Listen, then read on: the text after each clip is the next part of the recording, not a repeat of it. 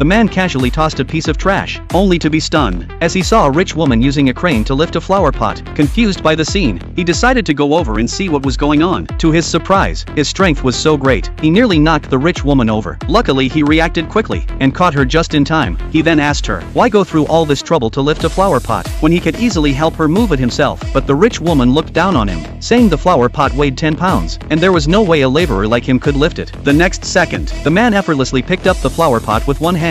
Everyone around was completely stunned. What they didn't know, just a few hours earlier, the man couldn't even afford a cup of instant noodles. Someone even kicked over his meal because he couldn't afford meat. The foreman yelled at him for dragging the team down, saying if it happened again, he should just quit. The man didn't dare talk back because he still needed to save up $500,000 to get married. He quietly squatted down, picked up the spilled noodles and kept eating, while thinking, if only he had more strength. Just then, a mysterious voice spoke to him, saying from now on, everyone else's strength would drop by 1,000 times, and he would become the strongest person in the world. He thought he was just hearing things, but after the rich woman saw his strength, she immediately invited him to dinner. When the food arrived, the man was completely speechless. One small dish required 6 waiters to carry, and 2 pounds of rice took 3 people to serve, because in this world, once everyone's strength dropped, so did their appetite. People could be called big eaters after eating just 10 grains of rice, but the man had no idea. Earlier he casually ordered 3 dishes and 2 bowls of rice, which shocked everyone around him. The owner even thought he was there to cause trouble, and warned him not to waste food, saying if he finished everything, it would all be on the house. Incredibly, the man ate every last bite. The owner was stunned, saying he couldn't afford to give it away.